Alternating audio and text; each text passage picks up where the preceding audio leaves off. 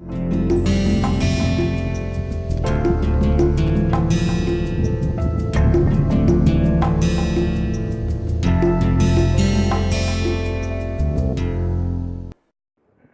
morning. Welcome back to the course on advanced green manufacturing systems. In this course, we are trying to learn how do we convert manufacturing systems to greener one. So, in this module, we have discussed value engineering green plan. We are discussing value engineering green plan. We have discussed what is value engineering, various types of value. Those were use value, esteem value, exchange value, cost value, and green value.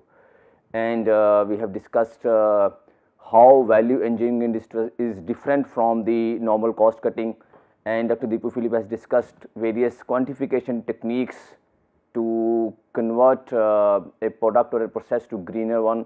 So, in this lecture we are discussing value engineering green plan methodology. So, methodology is actually the procedure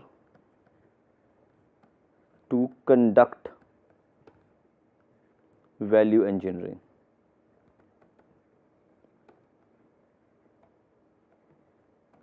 Okay, it is a step by step procedure.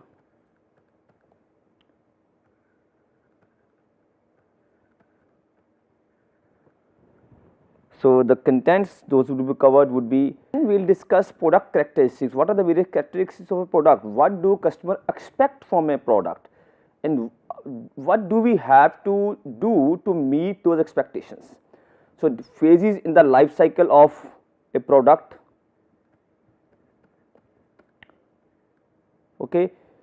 So, these are different phases, and where can we inculcate greenness into it. Then we will discuss value engineering methodology. In value engineering methodology, I have divided into 6 phases. It can be number of phases, some people say 6 phases, some say 7 phases. Miles have or Mudge has actually given a methodology using 7 phases. Okay, Miles had again he has also given his methodology with 7 phases. Now we can divide development phase into 2. All those things can happen, but before information they can have general phase as well. Okay. So, those were 7 phases, some people even say 9 phases.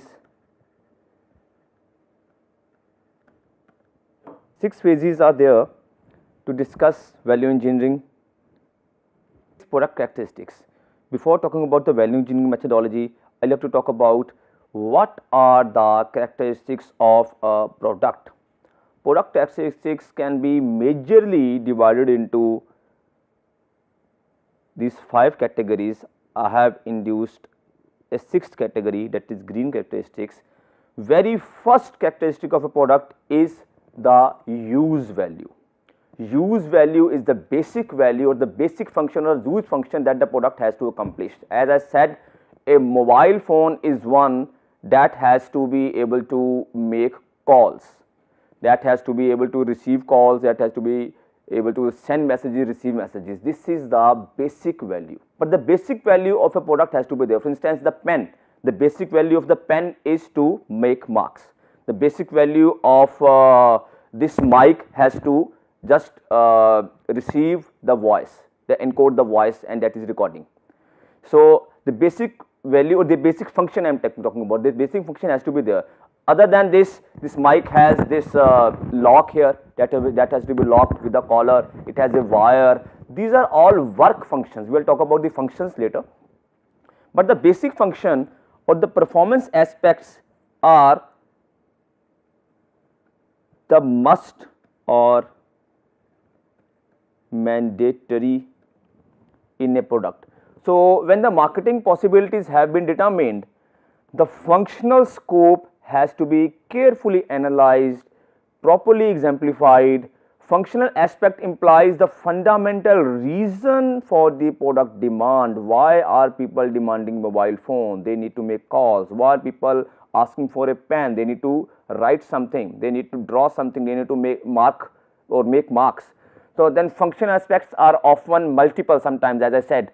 And usage of the product can be left to the customer's choice. Like I said, my friend, he is using mobile for surfing the internet, not for making calls. The customer can decide the period to exploit its characteristics, till how long would he or she like to use that product. So like iron that is used to iron clothes, that is used, the basic function is to just iron.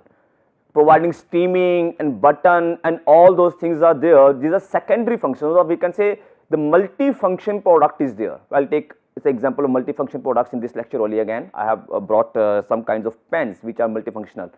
So next is operational or ease of use. Operational or ease of use. In this case, if you know the iron that we are using to iron the clothes, okay, to steam the clothes, if the steam button is at the top, just at the location of your thumb, that is called as ease of use. It is easy to use. If the steam button is at the side, okay, he has to use his other hand to click that button, okay, then he has to have to switch it off. So having the button just as at an easy reach, this is also known as ergonomical design. I can put the word here.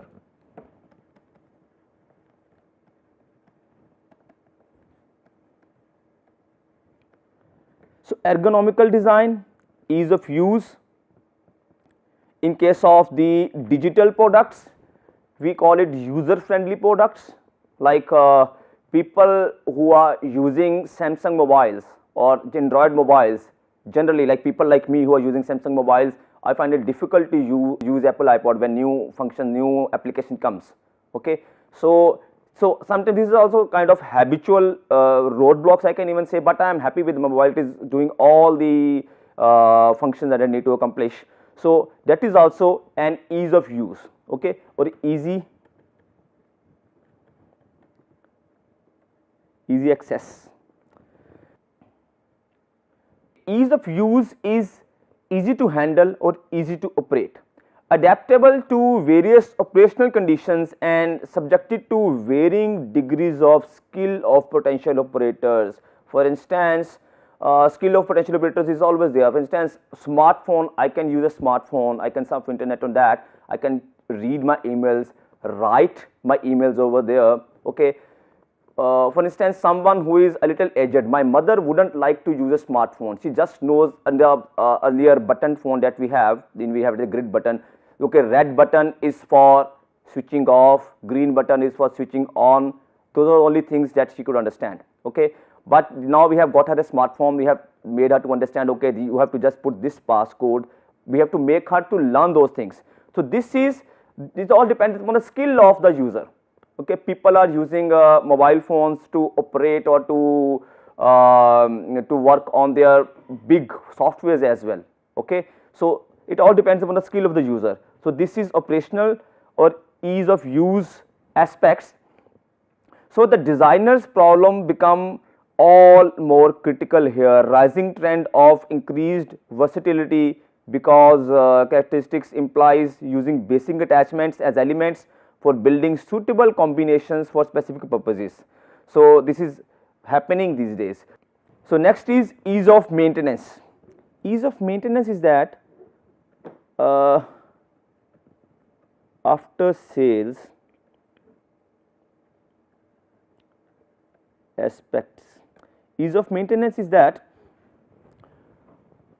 how easy is for me to maintain my product, to get my product serviced, or to clean my mobile phone, if I am talking the example of mobile phone, or to get maybe screen guard changed if I have a screen guard on it. It is ease of maintenance. If I am having a motorbike, I purchase a bike, do I have a service station close to my house? Do I have all the components available within my locality? So that is ease of maintenance. When we design a product, that is the third characteristics. So customer is considering all those things. So the very first characteristic of a product, if I take an example of a bike again, the very first characteristic, it has to run. Okay. Second could be ease of operation. How do we operate the gears? Is it auto geared, or does it have gears? For instance, all these manufacturers, Bajaj, Hero Honda, Hero is now, okay, Hero is a separate entity now, then Yamaha, they have different mechanisms to operate the gears. So ease of operation is the second characteristic here. Third one is ease of maintenance. Ease of maintenance is, like it is said generally, that hero bikes are require very less maintenance. The maintenance cost is lesser. So I am not actually advocating any specific product, but I am just telling, okay, any product can be more easy to maintain than the other one. Next one is aesthetics or appearance. Now, aesthetics or appearance, as I have discussed, this is one of the cell function of the product. Aesthetics aspect is mainly concerned with the molding the final shape around the basic skeleton, putting a color, texture. So this molding of shape may be severely limited in scope, and finally it emerges in terms of a junctional shape. The study of gradual reversal in the shape of these objects in the past few decades convinced us that there has been an increasing portrayal of aesthetics in design. Aesthetics of design, people are just purchasing products because of aesthetics. Sometimes this happens. So, okay, could you please think of a few products those are just sold because of aesthetics? The very first product is jewelry. Jewelry is there because the esteem need is there. People put jewelry, okay, they have gold or diamond ring, etc., all those things. Aesthetics is the basic criteria, okay, in that case sometimes, okay. So, and as I said, mobile phones, there are certain color ranges available. Which color, who would like to buy which color? Pink color, girls would like to have pink colors, kids would like to have the colors which are a bit little bright and shiny. So it all depends what type of customer segment is there. In aesthetics is the governing factor in design and completely dominates here in some cases. So this is especially true for many customer goods or fashion goods. Sometimes I do not need a shirt, but I just purchase that shirt because I like the texture or the color of the shirt or the t-shirt, okay. Sometimes those are the driving criteria sometimes as well, okay. So price to customer or the cost of the product, value added aspects. So the product cost means its selling price.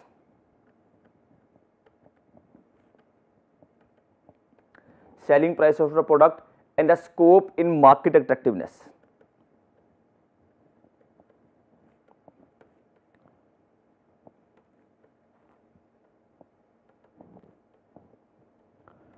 Okay, if I talking about bikes are generally, or any automobiles or any products are generally divided into certain segments.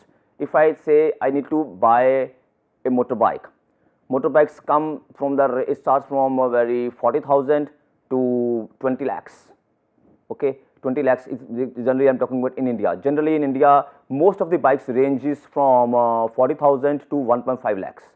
So it all depends which segment I am looking for. Between 40 to 60, there are certain bikes, okay.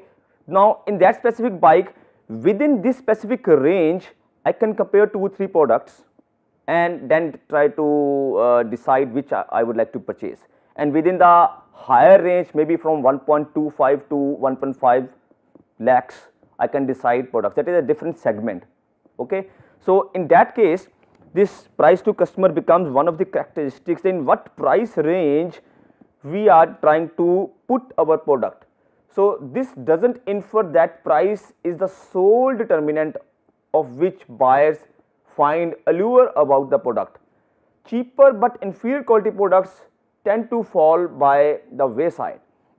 So product cost is a function of both fixed cost and variable cost. So this cost can be fixed cost plus variable cost. Fixed cost is the cost of equipment or capital or equipment. Variable cost is the cost of labor. I will put it here, labor and processing and overheads. So this is cost of material and equipment that is used to manufacture this one. This is equal to total cost. The total cost plus profit for all these middlemen, that is equal to selling price, okay. Now there come the $1,000,000 characteristic, that is green characteristics, that we are trying to talk about in this lecture.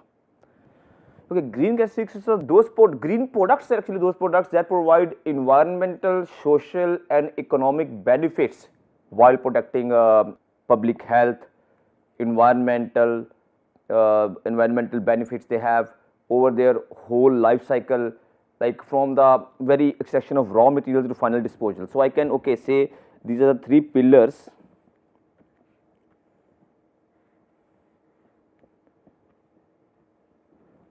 Green products, better to say here, as I said, sustainability, the three pillars here.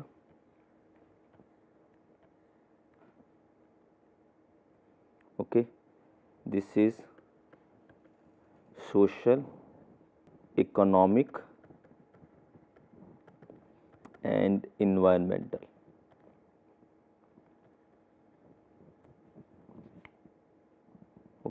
Social, economic and environmental. So these products, as I said, are to provide the benefits in these terms, social, economic or environmental, throughout their life, from the extraction of raw material to the final disposal. This is the life cycle of the product, from the very extraction to the final disposal. I can say, if I need to identify the green characteristics of a product, so I can take it in this way. This is a product,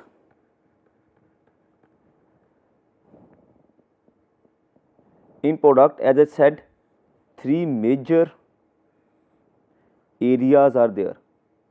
Product focus area, I can say, that can be materials, energy and pollution.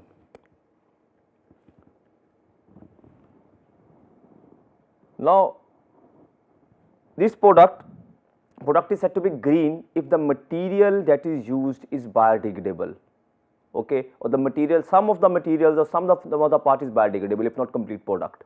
Okay, I have brought this pen here. I will discuss about these pens.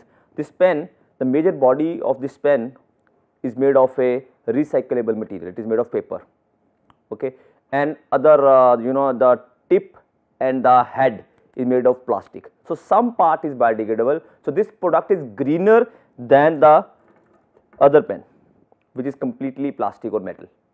Okay, so this is a greener product in terms of material. Now next is energy.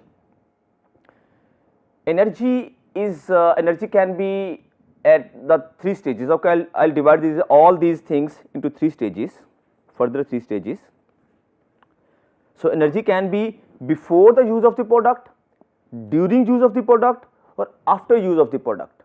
So I have read this in a study that was made on the comparison between steel and aluminium. It was mentioned that the steel, as is, it is also heavier and it is also melted at high temperature. The processing or the manufacturing of steel products consumes higher energy, and in aluminium it is a little lesser. And while using also, because aluminium is lighter in weight, aluminium uses less energy. That is why automobile components, automobile parts or automobile bodies are made of aluminium. That is why automobile found a replacement for steel in 1960s when it was discovered. Okay, so plastic or composite materials came way later. But the pollution or the toxic fumes, those are produced, I can even say toxins, those are produced while manufacturing aluminium are higher. So we need to have this trade off here. Now I can divide this into three phases: energy, before use, during use and after use. I can say BU for before use, DU for during use, AU for after use. This is before use, this is during use, this is after use. Okay. Before use is actually when the customer is using the product. If I consider manufacturing of automobile, when the driver or the owner is driving the automobile or the car, that is the use. Before use is during the manufacturing of that automobile. Okay. After use is when that automobile is used for its lifetime, for its complete life cycle it is used, and it has to finally, it is used and reused, second owner is there, third owner is there, finally it is disposed of. That is after use. After use, when we need to dispose of, then what is the energy that is consumed? Okay. There are certain plants which actually dismantle the automobile parts and divide the metal and plastic components and rubber components, all are segregated and they are put into different uses, and some finally they are disposed of. So, those things happen.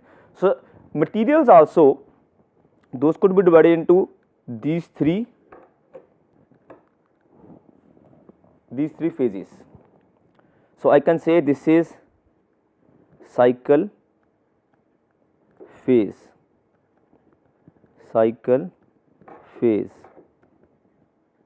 life cycle phase actually. In the whole life cycle, if you remember again, life cycle is from the extraction to disposal. Okay. In between we have manufacturing, then use and reuse. So, this is life cycle. When we talk about life cycle assessment, I am not talking about the marketing life cycle that Dr. Deepu Philip discussed. That is the product life cycle, from the very purchase, the growth and maturity and decline and disposal. That is different thing. So, this is life cycle of the product from the extraction of the material to the final disposal. So, this is again before use, during use and after use. Pollution before use, pollution during use, pollution after use. Okay, like I took the example of battery vehicles, electric vehicles. During use, the pollution would be lesser, quite lesser, because it does not have any fuel that is to be burnt, but batteries are there. After use, after the vehicle is used, how many batteries are to be finally disposed of? After use pollution in that case would be higher. During use pollution would be in that case would be lesser than the general gasoline vehicles. So, before use it all depends upon the infrastructure that we have. In the present scenario, the gasoline vehicles are easy to manufacture and pollution is also quite because the setup is already there. So, the embodied energy is lesser in this case. Now, in this case, finally, after these divisions,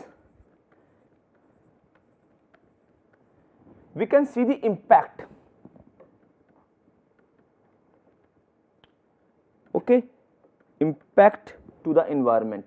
Is the impact 0 or is the impact positive or is the impact negative? So, for all these we can again have these three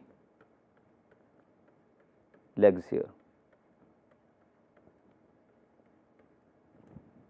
Okay.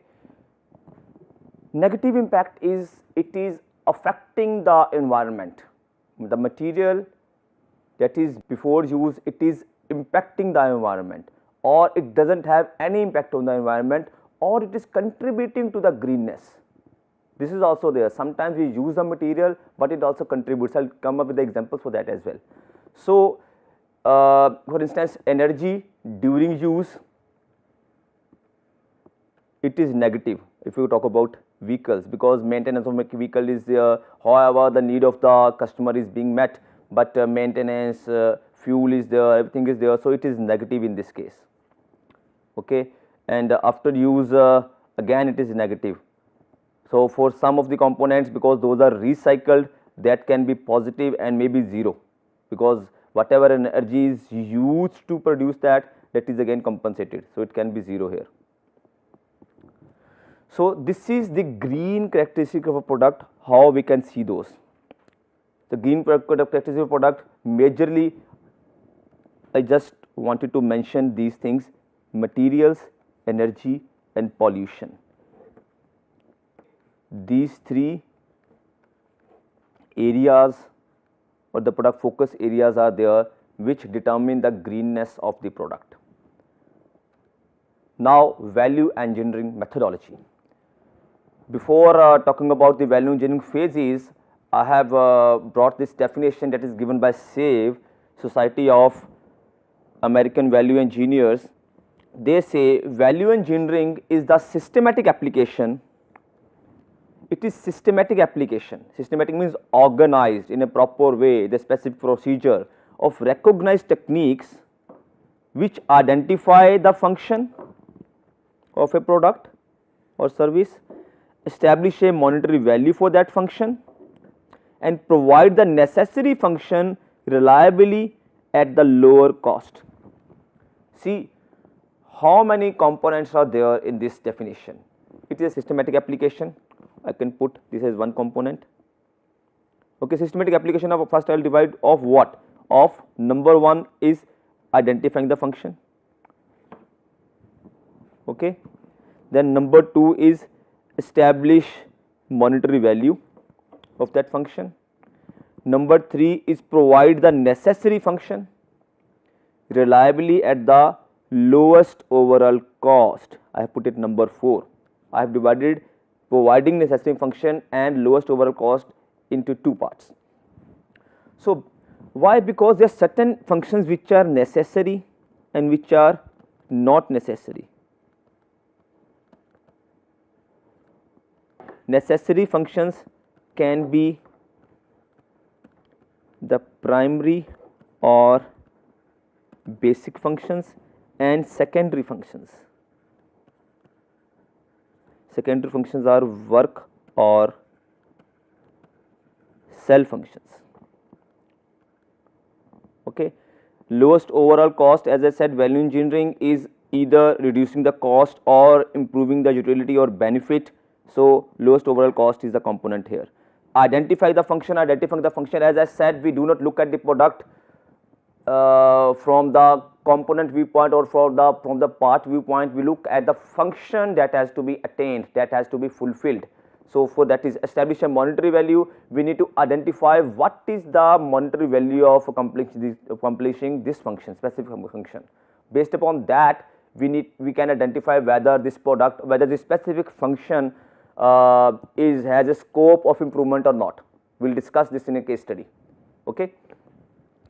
So, this is value engineering methodology, the different phases of value engineering. Now, different phases of value engineering. The very first phase is information phase. As I said, value engineering I have divided into 6 phases, which are information phase, function phase, creative phase, evaluation phase, development phase and implementation phase.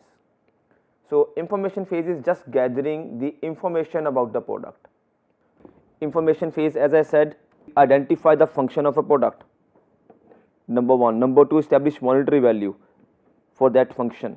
Number 3, provide the necessary function reliably at lowest overall cost. So, if I say these are 1, 2, 3, 4, in the information phase and function phase, we do part 1.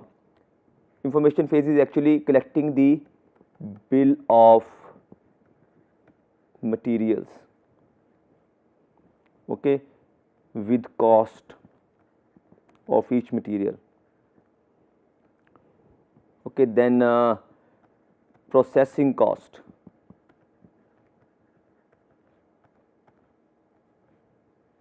right, then availability,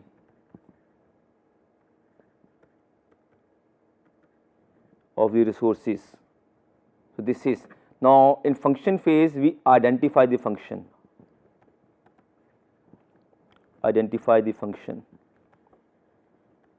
functions of the product. We divide into, I will just explain those. the coming slides. Then in function phase we have rank the functions.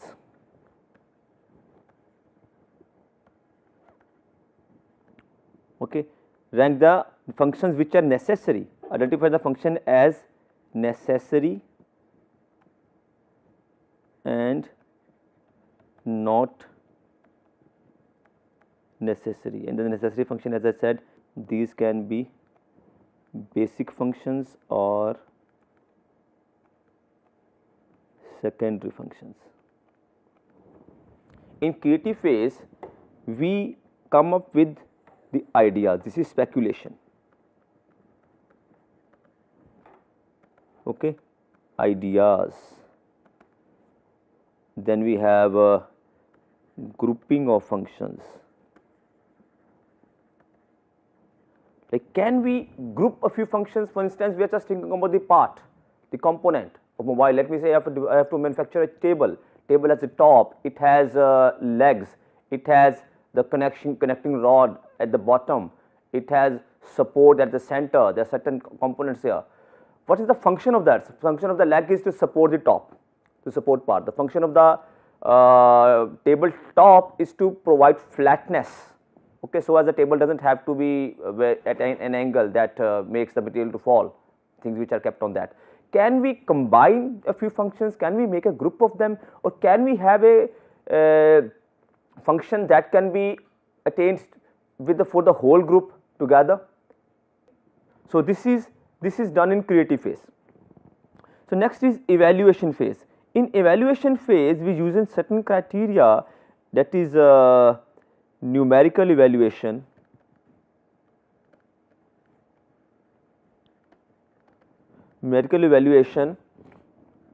to actually we get the alternatives from the creative phase, and in evaluation phase we do the numerical evaluation to select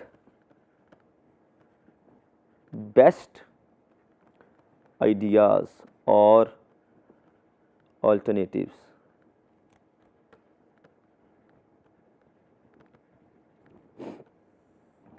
Okay. In development phase, we try to develop those alternatives.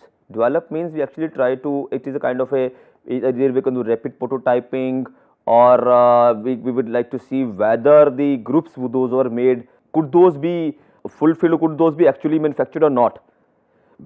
Okay. These are actual or realistic environment. Then testing, and then is implementation. Implementation is actually finally implementing or inculcate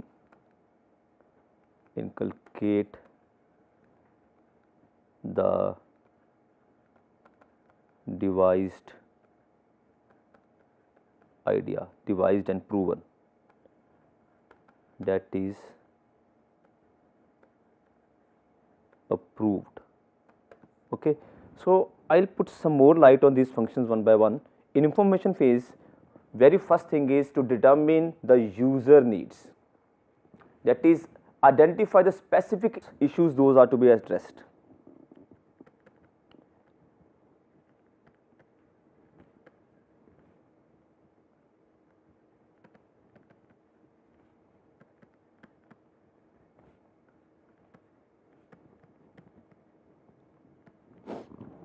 So in this case, as I said, the major purpose is data collection. Data collection is to gather and tabulate the information.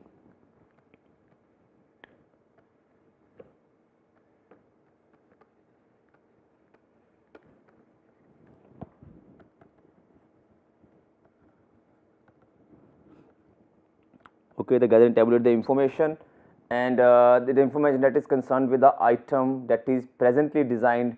Then we information, again I said we have the bill of materials, okay, with cost and other things like processing, the people who are there, number of people are working, all the information that is required, that is again that the information is gathered.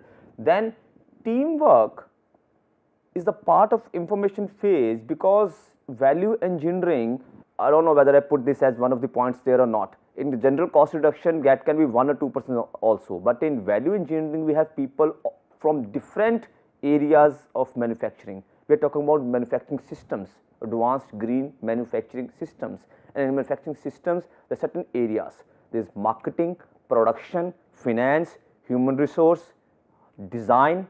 Okay, in production, the first part of this production design only.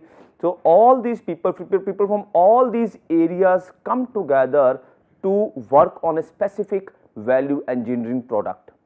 Okay, so this, in this case, teamwork is very important. Teamwork, like appreciating each other's viewpoints, and then like marketing people can tell what is user need. So the production persons can say, okay, these are the availability, these are the things which we can do, these are the functions which actually to identify the functions, all these people are actually needed. So to build a team knowledge and to understand the project essential, team member characteristics include technical or functional expertise, problem solving, decision making abilities, interpersonal skills. Then participants should be team players who are willing to share responsibilities and accountability. Also they need to share accountability while working together towards a common objective. So the ideal team size for value engineering should be, what do you think should be the team size? Should it be 50 members? Should it be 4 members? It is ideal team size is 5 to 7. A very large number, sometimes a lot of more opinions sometimes doesn't help us to come into a single consensus. So 5 to 7, 5 to 7 members. This is not a hard and fast rule, but okay, this is something that is suggested by Mudge. So these team members, as I said, could have these skills, interpersonal, decision making, and all this. So what do we do in information phase? Besides these major areas, we have something additional, which are broad use function has to be defined. One can even make a visit to the factory or the site if a construction construction project is there, then finalize the problem. Because we have team members from different areas, 5 to 7 team members are there, the broad use function can be defined by the marketing executive or production manager. Broad use function. Okay, we are going to manufacture a table. We are going to manufacture a chair where people need to sit. There are different kinds of chair. There are different types of a chair can be tutorial chair. Chair can be an executive chair. A stool can also help us to sit. And certain kinds of chair are plastic chair, chair with a cushion, chair with back support, chair without back support, chair with arm supports, all those things. So what is the broad use function is to provide support to a body, to provide support while sitting. So that is the broad use function that can be designed. So make a visit, because we are going to manufacture a chair or a table. All these team members can make a visit to the factory where we can see the kinds of machines. For instance, we are manufacturing a chair which of which only the back and the bottom is manufactured of plastic and the body is made of steel pipes. Because we might be having an injection molding machine there which is used for manufacturing the back of the chair or of the bottom of the chair. So can we make small change in this injection molding machine to make it an extrusion machine, or can we manufacture pipes out of that as well? If not complete mold, can we just combine the legs and the bottom together? Can we combine the back and the back support together? For that, making a visit to the factory and looking at the facilities and identifying that what we can do, that is one of the ways. However, we do not fix anything at this point. We are just in the very first phase, that is information phase. We are not talking about the decision, we are not talking even about the function here. We are just talking about the broad uses. These are facilities, just list on the facilities. Making a visit and just timing information on the paper, there is a big difference. So, make a visit is a recommended criteria. So, finalize the problem. This is the end of the information phase. So, I have this quality function deployment progression. QFD is quality function deployment. We will discuss this in very detail in a separate module after value engineering. So, quality function deployment is converting the consumer's voice into manufacturer's requirement. What does consumer need? Consumer wants this. Based upon what is consumer need and what is the requirement, finally production requirements, what is there required for the production. So, this can be the part of the information phase. Okay. So, in that case there is certain quality. How do we conduct, how do we make these houses? This is known as house of quality. House of quality. And how to construct this house, this is not your prime concern at this point. Just consider this thing that there are 4 phases. In very first phase, the customer requirements, this is the input actually. Okay. So, this is the output, this is input and this is the output. So, this output goes here, customer requirements is the input, that for the output is design requirements, customer requirement converted into design requirement goes as an input in the second phase of QFD, which is design requirements come here. Okay. Now, this gives the part requirements. The part requirements now goes as an input to the third phase. The part requirements help us to get the manufacturing requirements in phase 3. Now, these manufacturing requirements help us to get the production requirements in phase 4. So, this can be the part of the information phase if we can do. Otherwise, just having an information and starting function of working on the functions can also be the starting point for the function phase. But this can be if that a broad information, or the you can say a wide or predominant information is gathered and that can be worked in this way, that is also one of the ways to do. So, let us meet in the next lecture. Thank you.